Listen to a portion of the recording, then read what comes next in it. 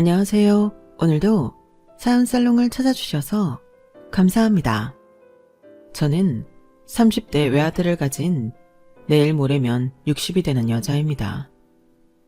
원래 사람 일은 한 치 앞을 모른다는 게 인생사라는 건 누구나 다 아는 사실이고, 저도 이제 앞으로 살아갈 날보다 살아온 날이 많다고 할 수 있는 나이다 보니 그런 일을 한두 번 겪는 건 아니지만, 그럼에도 여전히 예상치 못한 일들은 저를 당황스럽고 덤덤하게 넘어가지 못하게 만드네요. 저는 어릴 때부터 살도 잘 붙지 않는 체질에 잔병치레가 잦은 허약한 몸을 타고 태어났어요. 그래서 결혼 초 젊은 시절 임신을 하는데 꽤나 많은 고생을 했죠. 지금이야 시간이 많이 흘러서 아무렇지 않게 이야기할 수 있지만, 저는 지금의 아들을 낳기 전까지 총 3번 아이를 잃는 뼈아픈 경험을 했어요. 첫 아이는 첫 아이라서 정신적인 충격이 너무 컸고, 두 번째 아이는 불행이 반복되는 느낌이라 충격이 커서 한동안 헤어나오기가 힘들었어요.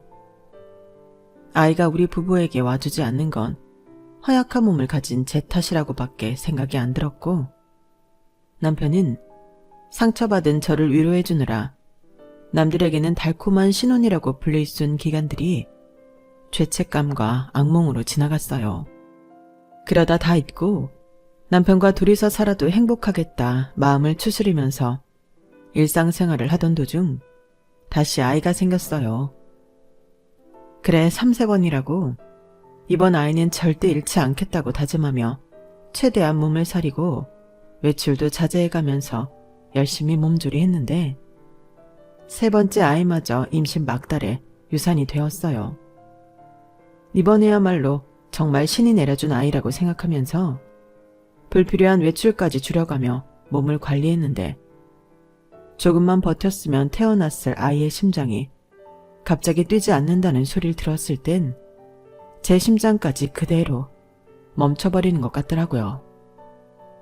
3번째 아이는 유산이 아니라 뱃속에서 갑자기 심장이 멈춘 거라 정말 끔찍한 고통 속에 죽은 아이를 낳아야 했어요. 그때의 기억은 정말 지금의 아들을 낳기 전까지 거의 매일 저를 따라다녀서 아이를 갖고 싶은 마음마저 꺾이게 되었죠. 다시는 떠올리고 싶지 않을 만큼 충격적이고 끔찍한 기억에 시달리게 되면서 저는 더 이상은 이런 일을 겪고 싶지 않아서 피임까지 시작했어요. 누군가는 뭐 그렇게까지 했나 싶을 수 있지만, 그때 저는 아이를 낳고 행복하게 키우며 사는 삶이 제 것이 아니라는 생각이 들었고, 다른 건강한 엄마의 몸이었다면 진작에 태어나고도 남았을 아이들이 제 허약한 몸 때문에 자꾸만 세상 빛도 못 보고 죽어나간다고 생각하니 차라리 피임을 해서라도 아이가 생기는 걸 막아야겠다는 생각까지 들더라고요. 여보, 이렇게까지는 하지 말자. 그래도 혹시 모르잖아. 건강한 아이가 찾아와 줄지. 아니야 여보. 나 더 이상은 아이를 낳고 싶지 않아. 이런 상태에서 아이를 낳아봤자 세상 빛도 못 본 아이들한테 미안해서 자꾸 생각날 것 같아. 그냥 이제 아이 낳는 건 포기할래. 혹시 당신도 아이가 너무 갖고 싶었던 거라면 이혼해줄게.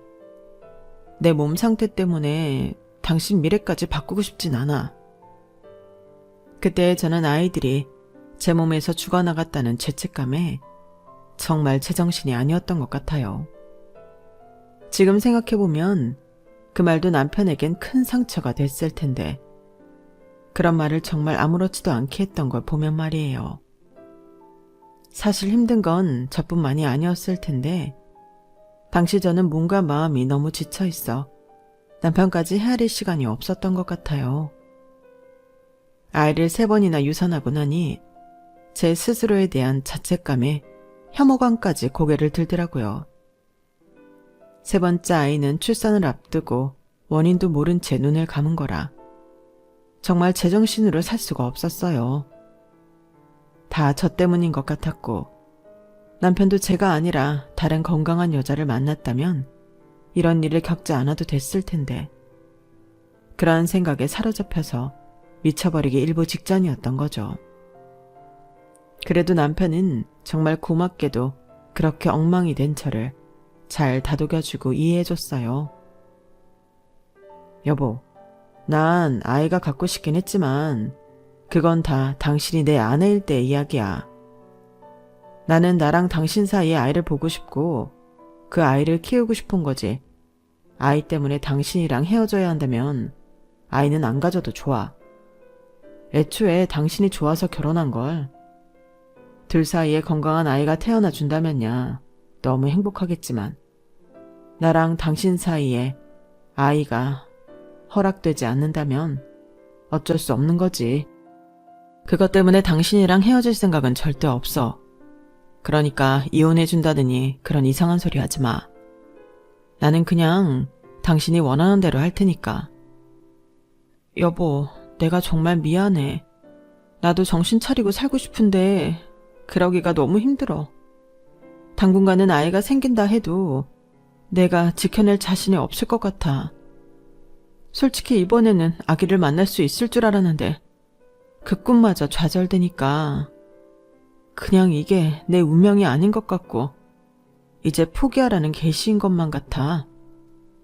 그래, 다 무슨 말인지 나도 당연히 이해하지.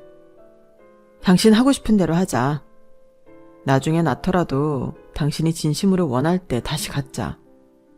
우선은 당신 몸이나 마음 건강부터 회복하는 게 먼저야. 건강해야 나중에 아이를 낳던 말던 다시 생각이라도 해보지. 안 그래? 맞아. 이해해줘서 고마워 여보. 계속해서 꺾이는 희망에 본인도 힘들고 지쳤을 텐데 남편은 그러한 상황에서도 저를 가장 먼저 신경 써줬어요. 솔직히 말하면 저는 제가 너무 힘들다 보니 남편이 어떤 심정일지에 대해서는 헤아려 주기가 힘들었거든요. 말로는 고맙다고 했지만 사실 형식적인 인사였고 마음속으로는 남편은 아이를 유산하거나 직접 몸으로 잃어본 게 아니니 절대 제 심정을 이해하지 못할 거라고만 생각했어요. 저는 아직도 옆 분만실에서 터져나오는 아기 울음소리와는 달리 아기가 나오는 순간의 그 정적과 공기를 잊을 수가 없었거든요. 그때 받은 상처와 아픔은 여태 살아오면서 받은 어떤 상처와도 비교할 수 없었고 컨디션이 조금이라도 안 좋은 날엔 그 꿈을 꿨기 때문에 도저히 제정신으로 살 수가 없었던 것 같아요. 마음이 힘드니 남편에게 짜증도 늘었고 아마 남편도 그런 저에게 많이 지쳤을 거란 생각이 들어요. 남편과 관계를 가질 때도 병적으로 피임에 집착을 했고 약까지 챙겨 먹었어요. 여보, 피임약까지는 안 먹으면 안 돼?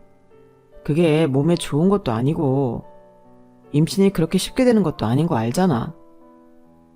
제가 피임에 혈안이 되어 있는 모습을 볼 때마다 남편은 상처받은 얼굴을 했어요. 저도 남편에게 상처를 주고 싶진 않았지만 악몽 같은 3번의 유산을 겪고 나니 임신이라면 지긋지긋하더라고요. 혹여나 또 임신이 되었다가 유산이 된다면 더 이상은 제정신으로 못 살아갈 것 같다는 생각을 했어요. 그래서 남편에겐 미안하지만 자식은 낳지 않는 걸로 하고 병적으로 피임을 했죠. 그런데 참 세상 사는 일이 우스워요.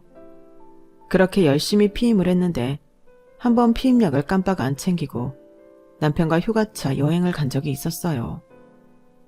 여행하느라 즐거운 와중에 약국에 들리고 할 정신이 없어서 설마 이거 가지고 되겠어 라는 생각으로 약막 생략한 채로 피임을 했어요. 그런데 정말 이게 무슨 운명의 장난인지 여행을 다녀와서 한동안 몸 상태가 쎄해서 테스트기를 해보니 2줄이 뜨더라고요. 아, 세상에. 2줄이 뜬 테스트기가 그렇게 반갑지 않았던 건 그때가 처음이었던 것 같아요. 또다시 아이를 잃을까봐 전전긍긍하며 생활하고 싶지도 않았고 그냥 포기하는 심정이 되더라고요. 여보, 나 임신했어. 어? 그게 무슨 소리야? 우리 다 피임했잖아. 내 말이 그 말이야. 생길 애들은 어떻게든 생긴다더니 그게 정말인가 봐. 그런 거면 축복 아니야? 한 번만 더 믿고 우리가 잘해보면 되지 않을까? 그동안은 우리가 못해서 아이들이 떠났어? 아니잖아. 그런 식으로 생각하면 우리한테 다 상처로 돌아와. 당신한테는 너무 미안하지만 나 이번엔 전처럼 전전긍긍하면서 조심할 생각이 없어. 그럴 자신도 없고.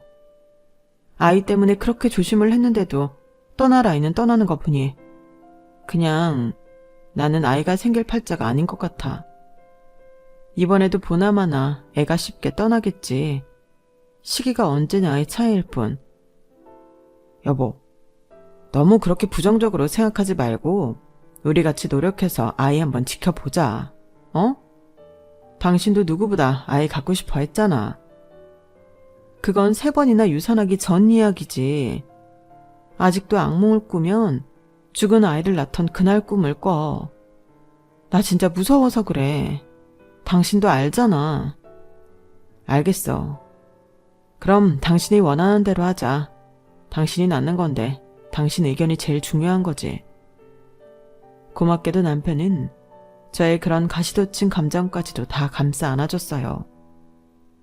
말뿐이라면 좋았겠지만 저는 그때 임신과 출산에 관해서는 과하게 예민해진 상태였기 때문에 정말 말한 것처럼 임산부라고 믿을 수 없을 정도로 조심성 없이 다녔어요. 가고 싶은데 다 가고 먹고 싶은 거 다 먹고 일도 컨디션이 너무 나쁘지 않은 날은 무리해서 하기도 했죠. 그런데 아이가 꽤 잘 버티더라고요. 이게 뭔가 싶다가도 이러다 금방 또 떨어지겠지 하면서 마인드 컨트롤을 하다 보니 어느새 임신 막달이 되더라고요. 하지만 이미 막달에 유산한 경험까지 있다 보니 마지막까지도 저는 제가 아이를 건강하게 출산할 수 있을 거란 생각은 못했어요. 그런데 예정일보다 빨리 산통이 찾아오게 되면서 정말 생각지도 못한 날 퇴근을 하다가 엉겁거려 아이를 낳게 됐어요. 다행히 아이는 건강하게 태어났고 세상 밖에 무사히 나온 아이의 우렁찬 울음소리를 듣자마자 고통은 잊혀지고 눈물이 핑 돌더라고요. 세상에 여보, 너무 수고했어 진짜. 그동안 너무 수고 많았어. 남편도 입을 틀어막고 울음을 참을 정도로 기뻐했죠. 그렇게 낳은 저의 자식은 아들이었어요. 정말 너무 힘들게 가진 아이다 보니 당연히 애착을 가질 수밖에 없었어요. 하지만 동시에 제가 그 전에 아픔들을 통해 배운 건 아무리 혼자 애쓰고 노력해도 안 되는 건 안 된다는 것과 집착이 과하면 오히려 독이 된다는 거였어요. 그래서 힘들게 낳은 아이치고는 아들을 나름대로 강하게 키웠던 것 같아요. 누구보다 아이가 소중했지만 너무 애한테 매달리지 않고 일정한 거리를 두려고 정말 노력을 많이 했죠. 남편을 닮아서인지 아들은 큰 걱정할 필요 없이 정말 착한 아이로 컸어요. 그럭저럭 성실하고 자기 할 일도 알아서 척척하는 성향이라 어릴 때부터 딱히 삐딱하게 굴지 않았고 사춘기도 오긴 왔었지만 내버려 두니 금방 지나가더군요. 아들 있는 엄마들은 육아 난이도가 세다고 하는데 크게 공감은 안 되었을 정도로 아들은 순했어요. 남편과 둘이 사는 인생도 나쁘진 않았겠지만 막상 아들을 낳고 보니 아이 없이 어떻게 살았을까 싶을 정도로 행복하고 단란한 생활을 했네요. 제가 계속 아이와 거리를 두려고 노력해서인지 별로 부딪힐 일도 없었고 그만큼 아들도 본인이 존중받는다고 생각했는지 저희에게 큰 불만 없이 늘 감사해했어요. 그러던 어느 날이었어요. 엄마, 저 결혼하고 싶은 사람이 있어요. 결혼하고 싶은 사람? 누군데?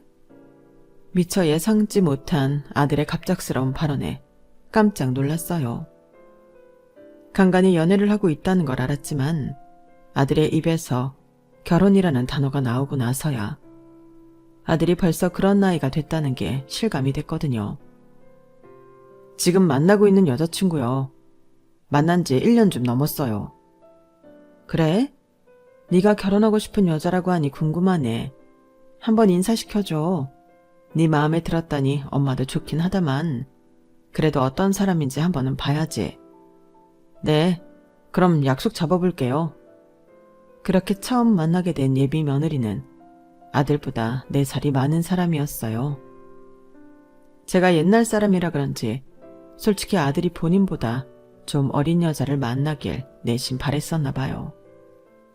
아들보다 4살이 많다는 얘기를 듣자 저도 모르게 실망스럽더라고요. 티를 내지 않으려고 노력은 했지만 짧은 순간적으로 반응이 튀어나간 모양이었어요. 그 반응을 캐치했는지 예비 며느리가 갑자기 울상을 짓더라고요. 어머님, 제가 민성이보다 나이가 많아서 마음에 안 드세요? 아니, 그런 게 아니라 만나기 전까지는 알려준 게 없어서 동갑이거나 연하이겠거니 생각했거든. 만나보니 워낙 어려 보이기도 하고 해서 미처 생각도 못해서 놀랐던 거지. 마음에 안 드는 건 아니다. 요즘은 연상 연하 커플도 흔하니까 4살 차이가 뭐 대수라고. 너희 둘이 좋으면 됐다. 그쵸 어머님, 듣던 대로 너무 좋은 분이세요. 제가 정말 잘할게요. 그래, 너희 둘이 싸우지 않고 사이좋게 잘 살면 그게 나한테 잘하는 거지.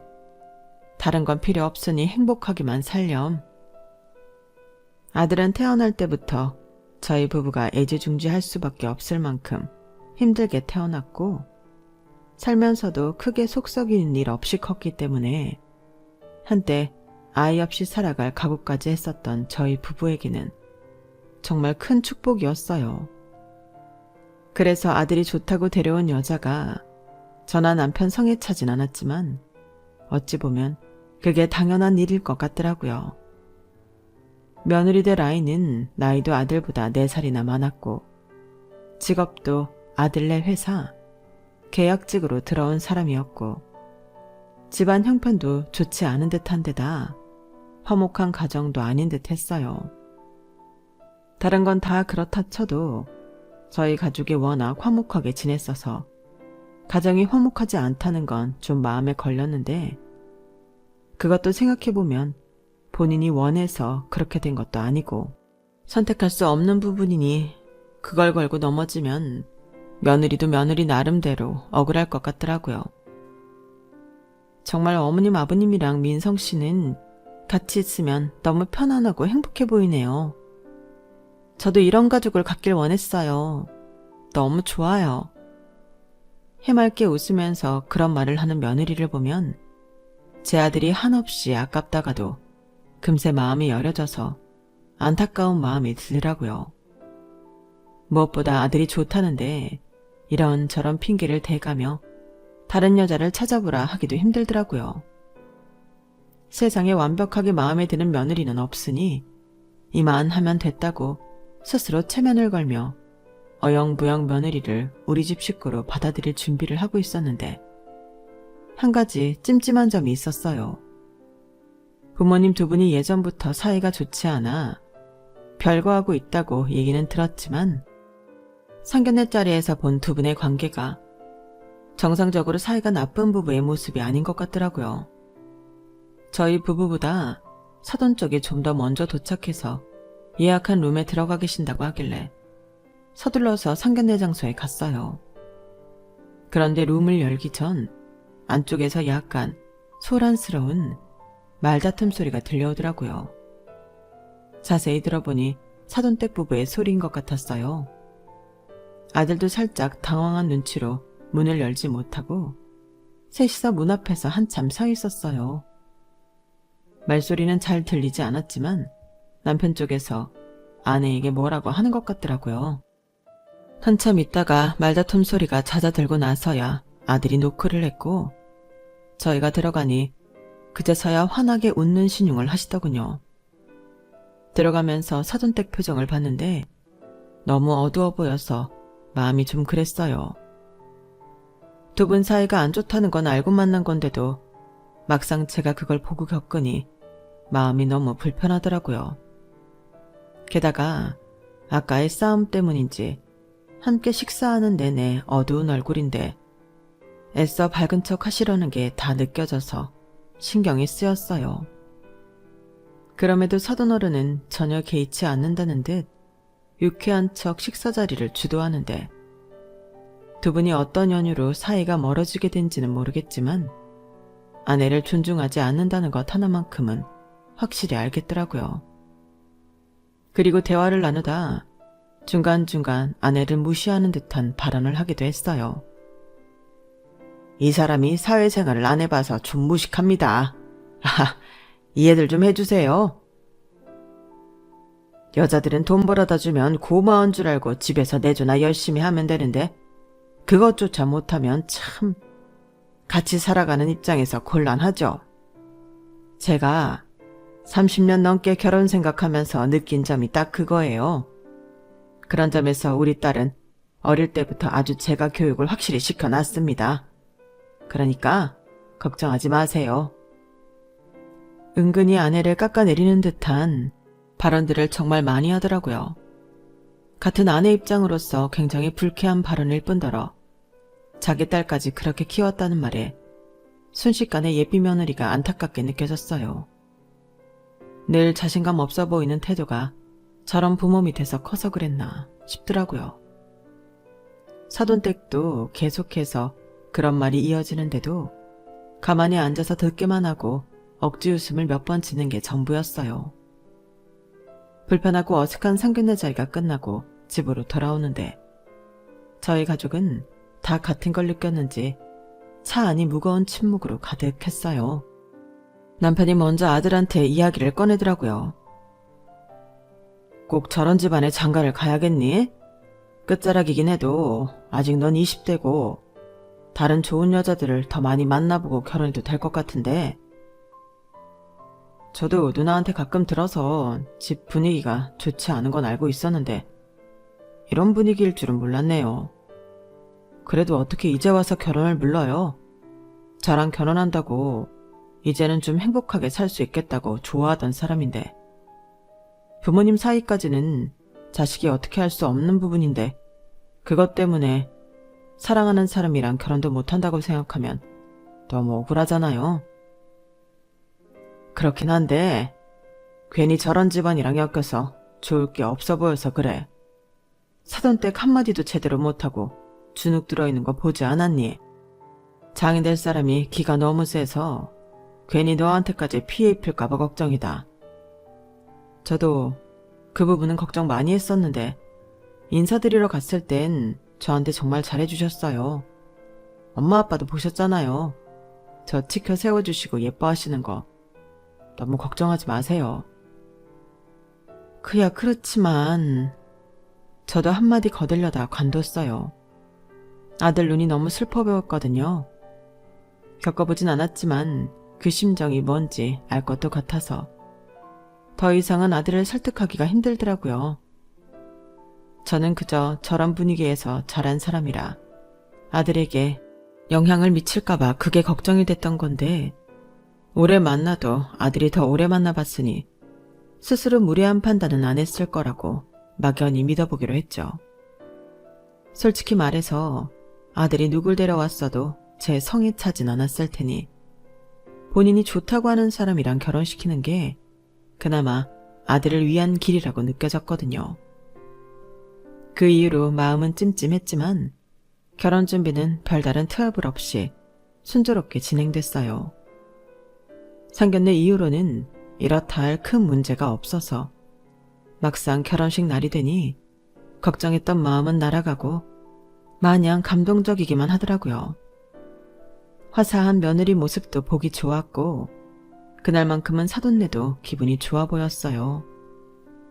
그렇게 수많은 사람들의 축하 끝에 아들은 결혼을 했고 아들을 보내고 나니 집이 허전하긴 했지만 인생의 큰 숙제를 하나 끝낸 것 같은 기분이 들더라고요. 엄마, 저희 아이 생겼어요. 경사도 겹쳐서 올 땐 겹쳐서 온다더니 결혼한 지 3개월쯤 됐을 때 아들이 좋은 소식을 가져다 주더라고요. 요즘 젊은 사람들은 둘만 보내는 신혼기간도 중요하게 여겨서 결혼하고 1년 정도는 피임하면서 지낸다고 알고 있었는데 저희 아들 부부는 그런 욕심은 딱히 없었는지 바로 임신 소식을 가져다 주더라고요.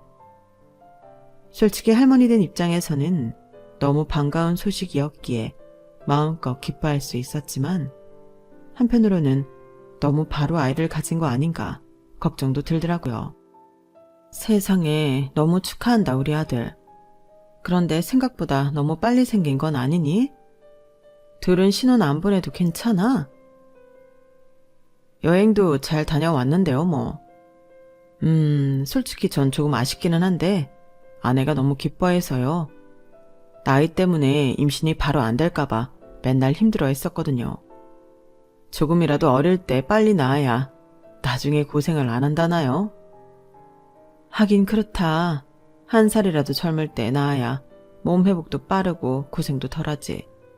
잘 생각했네. 옆에서 잘 챙겨줘라. 임신했을 때 남편이 잘해줘야 평생 원망 안 듣고 사이 좋게 지낸다? 당연하죠. 걱정하지 마세요, 엄마. 괜한 걱정이 들어 잔소리를 하긴 했지만 아들이 워낙 다정다감한 성격에 세심한 스타일이라 큰 걱정은 없었어요. 아들이라면 자기 아내 서운하게 할 일은 없을 거라고 생각을 했죠. 워낙에 가정에 애착도 있고 책임감도 넘쳤으니까요. 그런데 막상 아이를 가지고 나니 아들도 어쩔 수 없는 남자인지 임신한 아내에게 공감하지 못하는 모습들을 보이기 시작하더라고요. 원래는 만날 때마다 애정이 뚝뚝 떨어지는 눈으로 서로를 보던 아이들이 언젠가부터 알게 모르게 냉담하다는 게 느껴졌어요. 솔직히 아들 부부 사이에 대해서는 모르는 척하는 게 미덕이라고 생각은 했지만 임신도 한마당에 저러니 마음이 쓰이더라고요. 며느라, 요즘 컨디션은 좀 어떠니? 어머님, 보시다시피 막 좋지는 않아요. 아무래도 홀몸이 아니라서 그런가 봐요. 그래. 배도 불러오기 시작했는데 힘들 때지. 상우는 잘해주지? 저야 아들이 잘해줄 거라고 믿었지만 아내 입장에서는 어떨지 모르니 혹시나 싶어 던진 질문이었어요. 그런데 며느리 눈빛이 경계하듯 확 바뀌더라고요. 어머님, 무슨 의도로 그런 걸 물어보세요? 제가 솔직하게 말씀드리는 걸 원하세요? 갑자기 공격적인 태도로 물어서 솔직히 저도 좀 당황을 했어요. 그렇지. 너희 상태가 나한테도 중요한 거잖니? 아니, TV에 보면 꼭 물어봐 놓고 그걸로 꼬투리 잡아서 며느리 혼내는 시어머니들 계시더라고요. 그런 집이 한둘이 아니어서 시댁 가서는 무슨 말이든 조심하라는 분위기고요. 어머님은 안 그러시겠죠?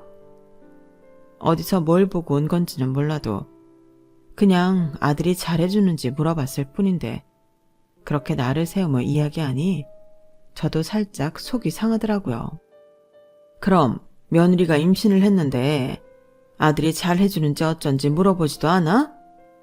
이건 시어머니로서가 아니라 같은 여자로서 임신하면 얼마나 힘든지 아는데 남편이 잘해주고 있나 걱정이 들어서 물은 거다. 요즘 시댁 나쁘게만 말하는 방송이 많긴 하고 그게 다 우리 때 비일비재했던 일이긴 하지만 너 때는 좀 다르지 않겠니? 나도 괜히 니네가 잘 사는데 트집 잡아서 며느리 괴롭힐 생각은 조금도 없다. 저도 사람인지라 필요 이상의 경계를 받으니 억울하고 살짝 화도 나서 언성이 높아지더라고요. 가만히 제 반응을 살피는 것 같던 며느리가 그제서야 안심하는 척 가슴을 쓸어내렸어요. 그렇다면 정말 다행이에요. 저 사실 결혼하면서 시댁 걱정을 많이 했거든요. 남편 말로는 어머님께서 남편 낳으시는데 고생을 많이 하셔서 더 애틋하시다고. 좋게 보면 화목한 거지만 보통 그런 집안이 며느리는 평생 외부인 취급만 하면서 무시하더라고요. 어머님은 안 그러신다니 정말 다행이에요. 그래, 나도 쓸데없이 며느리 갈구면서 자식들이랑 사이 벌어지고 싶진 않아. 하나뿐인 자식 둘이 잘 살았으면 됐지. 내가 괜히 끼어들어서 감놔라 배놔라 하면 좋았던 사이도 망가진다. 난 그럴 생각 없으니 마음 놓고 얘기해도 된다. 혹시 아들이 잘못하고 있으면 오히려 아들한테 한 소리 하려고 물어본 거야. 어머, 정말요, 어머님? 그럼 저야 너무 감사하죠. 어머님도 아시겠지만 전 부모님 사이가 나빠서 이런 일이 생겨도 어디 말씀드리고 조언 구할 어른이 없었거든요. 실은 요즘 몸은 점점 무거워지고 입도 터지고 가끔 아프기까지 한데 남편이 너무 그걸 몰라주는 것 같아서 서운해요. 생리통이 뭔지도 모르는 남자한테 뭘 바라겠냐 싶긴 하다만 그래도 저는 부부가 합심해서 아이를 낳는 거면 어느 정도 남편도 산모의 고통을 알아야 한다고 생각하거든요. 그래서 요즘은 출산 고통을 남자들도 체험할 수 있대요. 그걸 좀 한번 해달라고 했더니 너무 관심 없는 얼굴로 안 하겠다는 거예요. 제가 뭐 어려운 부탁을 한 것도 아니고 솔직히 너무 이기적인 거 아닌가요? 그때가 한참 TV에서 유명 연예인 부부가 만삭 수트를 입고 출산 진통을 체험한다고 해서 화제가 됐던 적이 있었어요. 아들한테 그걸 해보라고 했다가 거절을 당한 모양이었어요. 임신한 아내 입장에서는 충분히 서운할 수 있긴 해도 저도 어쩔 수 없이 아들 가진 엄마로서 굳이 그런 것까지 꼭 해야 하나 싶은 생각이 들기는 하더라고요. 저도 아이 가졌을 때 남편한테 이런저런 이유들로 많이 속상했지만 저희 때 저런 체험이 있었어도 굳이 시켜보진 않았을 것 같았거든요. 물론 사람마다 성향 차이가 있으니 제가 맞는 거라고 생각은 하지 않지만요. 우선은 아들 입장도 이해가 안 가는 건 아니라서 며느리를 달래보기로 했어요. 그게 남자들 입장에서는 좀 안 하고 싶을 수도 있을 것 같기는 해. 서운한 마음이야 이해가 되지만 남자들 입장에선 사서 아파야 하는 건데 그걸 해보고 싶은 사람이 몇이나 되겠니? 타이르듯 말하려고 노력을 많이 했는데 잘 안 된 건지 며느리 얼굴이 순식간에 싸늘하게 굳더군요.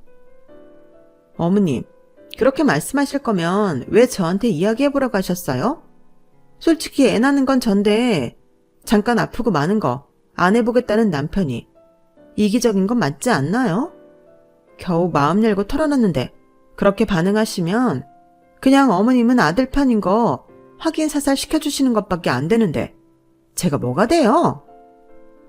당황스러울 정도로 쏘아붙이기에 저도 욱해서 한 소리 하려고 했는데 며느리가 목 놓아 울기 시작하더라고요. 그제서야 정신이 번쩍 드는 느낌이었어요. 임신한 몸에 한창 예민할 텐데 그냥 편들어줄 걸 괜한 이야기를 했나 싶더라고요. 그래서 얼른 사과를 했죠. 미안하다. 내가 미처 거기까지는 생각을 못했어. 아들한테는 내가 한 소리 해주마.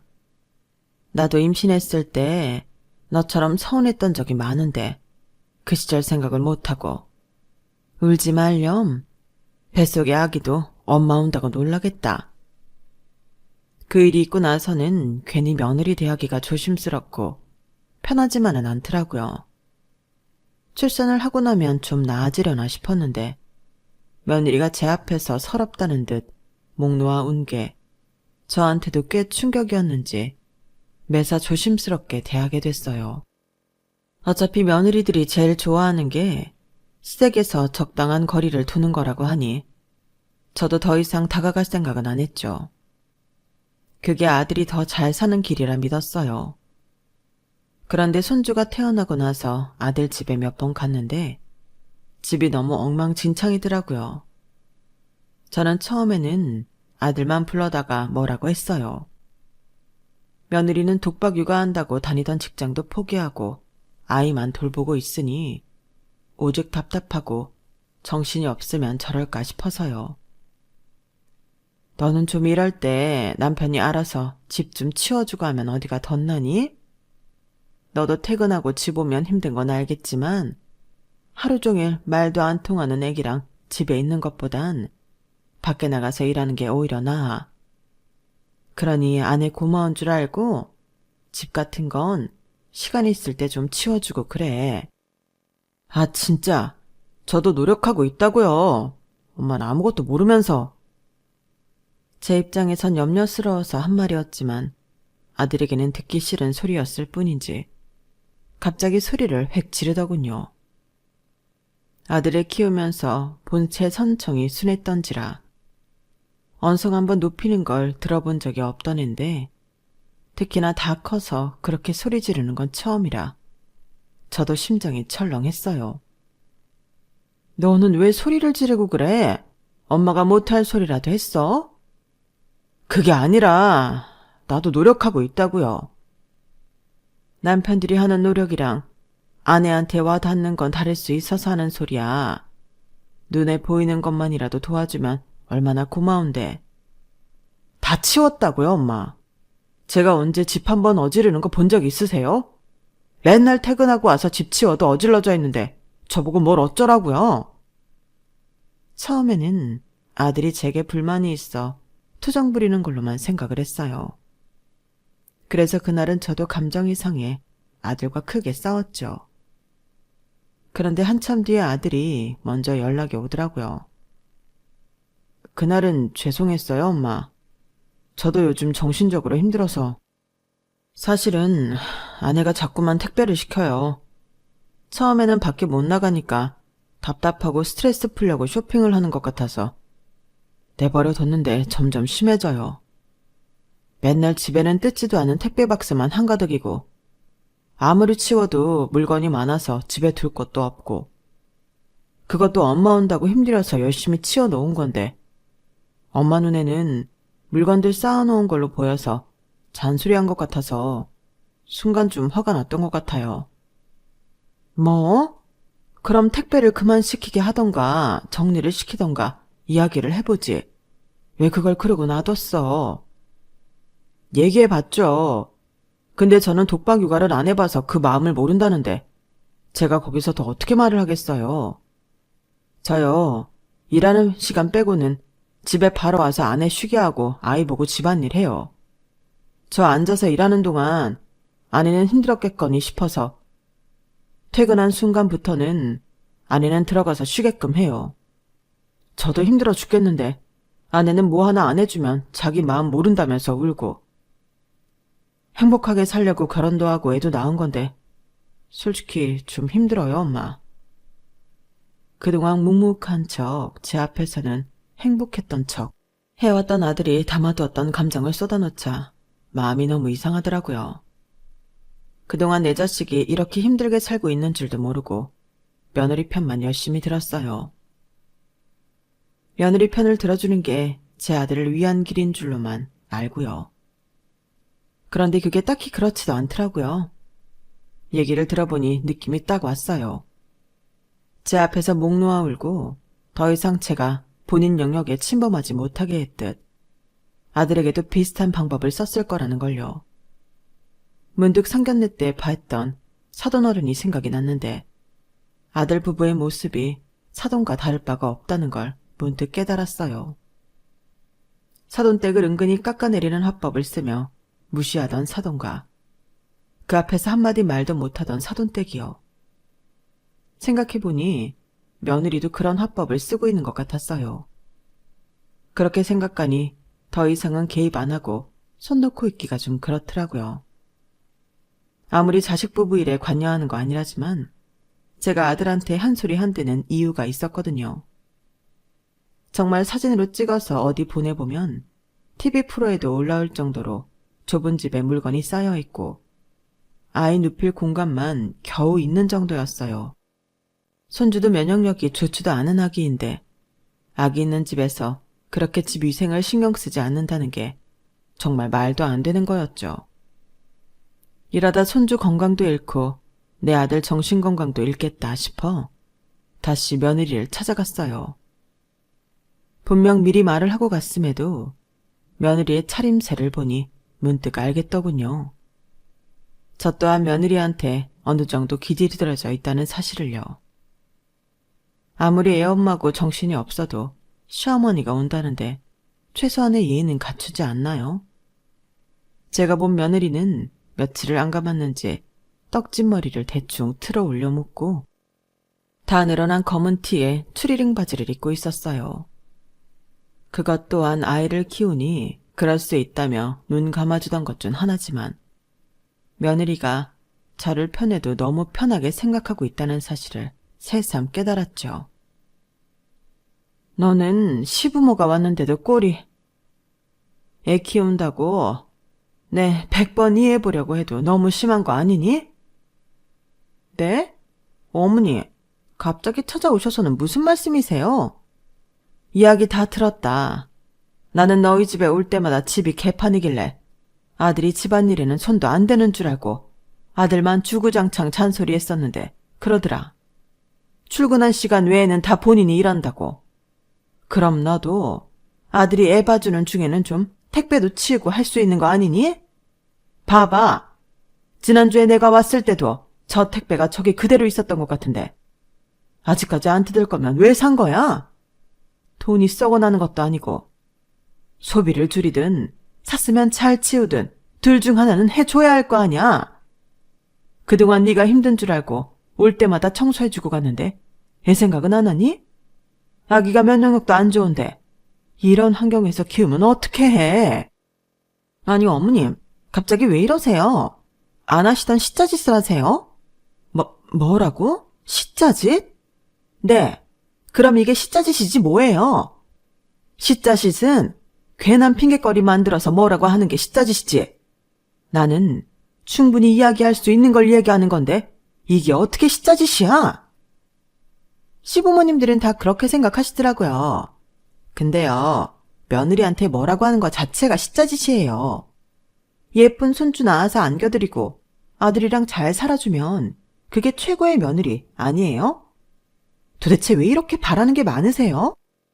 내가 너한테 바라기는 뭘 바랬다는 거야? 기본은 하고 살아야지. 나도 웬만하면 이런 소리 안 하려고 했는데 그동안 말을 안 해서 그렇지 이 집을 어디 사진 찍어서 보내봐라. 다들 경악하지. 아, 정말 어머님 같은 시어머니 때문에 아들이 다 와이프랑 이혼하는 거예요. 외아들이고 늦둥이일 때부터 불길하다 싶더니만 그렇게 저 위하는 척 하시길래 어머님은 좀 다르실 줄 알았더니 결국 시짜는 시짜네요. 너 자꾸 시짜짓짜 할 거야? 도저히 반성할 생각은 없어? 제가 반성을 왜 해요? 저도 저 나름대로 이유가 있어요. 결제하는 순간에는 육아 스트레스가 풀리는데 뭐 어떡하라고요? 그것 때문에 생활이 쪼들리면 남편이 더 열심히 일을 해서 더 벌어올 생각을 해야죠. 저한테 자꾸 돈 쓴다고 구박할 게 아니라요. 뭐라고? 며느리와 오랜만에 언성 높여가며 대화를 하다 보니 한 가지 사실만은 분명히 알겠더라고요. 아들이 며느리와 싸움이 불을 붙을 때마다 어마어마한 소리들을 했을 거라는 걸요. 이런 식으로 아들 기를 죽여가며 집안을 개판으로 만들어 놓고 애를 키웠다고 생각하니 화가 울컥 올랐어요. 겨우 진정시키려고 뜸을 들이고 있었는데 제 마음에 불을 지른 건 며느리의 한마디 때문이었어요. 참나, 이런 것도 이해 못 해주시고 저를 구박하러 달려오시다니. 어머님도 결국엔 남들과 다를 바 없는 시어머니네요. 그럴 거면 혼자 고생한 척은 왜 하셨어요? 차라리 대놓고 하세요. 안 하는 척 하는 것보단 그냥 본인이 시짜짓 하신다는 거 인정하고 마음껏 하시는 게 차라리 보기 좋을 것 같네요. 그래? 그럼 내가 제대로 된 시짜짓 한번 보여주마. 비아냥대면서 말하는데 순간 눈이 확 돌더라고요. 이게 저를 얼마나 만만하게 보면 그러나 싶어서 본때를 보여줘야겠다는 생각이 들었어요. 그래서 저는 며느리가 택배 박스 쌓아놓은 곳으로 가서 택배 상자를 집안 곳곳에 흐트러지게 던져버렸어요. 그 과정에서 탁상 스탠드가 넘어지기도 하고 물이 엎질러지기도 했죠. 집안은 더 난장판이 됐어요. 어머니, 제정신이세요? 지금 뭐 하시는 거예요? 뭐 하는지 몰라서 물어? 나 지금 제대로 된 시짜짓이 뭔지 보여주려고 그런다. 네가 아무리 더러워도 이 정도 개판 난 집에서 며칠이나 버티겠니? 네 손으로 스스로 이거 다 치울 때까지 난 내 아들이랑 손주 이 집안에 못 보낸다. 그러니까 너 혼자 이 집 다 치울 때까지 연락도 하지 마. 알겠어? 뭐라고요? 어머님, 어머님! 저는 그 길로 아들에게 전화해 손주를 데려오게 시켰어요. 그리고는 정말로 며느리가 그 집을 다 치워서 사진을 보내기 전까지는 집에 들어가지 말고 저희 집에서 생활하라고 했죠. 아들은 머뭇대는 것 같았지만 제가 불같이 화를 내니 제 말을 못 이긴 척 들어주더라고요. 그동안 며느리는 제 아들에게 이혼한 애만에 협박까지 했지만 오히려 이혼하면 좋다는 태도를 취하자 곧바로 협박은 그만두더라고요. 그래도 어찌나 황소고집인지 그 집을 다 치우는데 2주나 걸려서는 그제야 연락을 하더라고요. 다 치웠으니 애는 보게 해달라면서요. 저는 한 번만 더 이런 짓 하는 게 눈에 띄면 영영 아들과 손주 못 볼 줄 알라고 했죠. 시자짓은 이 정도는 되어야 시자짓이지. 네가 어떻게 하느냐에 따라 또 더한 시자짓을 보여줄 수 있으니까 잘해줄 때 서로 잘하자. 알겠니? 네, 어머님. 결국 며느리는 혼자 고립된 기간 동안 꽤 무서웠는지 고분고분 제 말을 듣더라고요. 그러게, 잘해줄 때 그냥 감사히 살면 존중받았을 것을 왜 괜히 건방진 소리 해가며 사람 자존심을 깎으려다 도리어 당하는지 모르겠어요. 이런 걸 보면 요즘 젊은 며느리들도 무섭다는 말이 괜히 나오는 말이 아닌 것 같아요. 세상이 많이 바뀌어서 요새는 시어머니가 며느리에게 꼼짝 못하는 분위기로 바뀌어가고 있다지만 세상이 변해도 아닌 건 아닌 것 같아요. 이 사연을 보시는 여러분들도 혹시 이런 시건방진 소리를 하며 자기 할 도리를 안 하는 며느리가 있다면 참된 시자 맛이 어떤 건지 한 번쯤은 따끔하게 알려줘야 할 필요가 있다고 생각해요. 속으로 끙끙 앓고 마음에 안 드는 걸 애써 눈 감아주며 서로 불편해지는 것보단 지를 땐 지르는 것도 필요하더라고요. 제 사연은 여기까지예요. 들어주셔서 고맙습니다. 건강하시고 행복하세요. 여러분, 사연 댓글에 응원과 현명한 조언 부탁드려요. 좋아요와 구독은 저에게 큰 힘이 됩니다. 오늘도 좋은 일 가득하세요.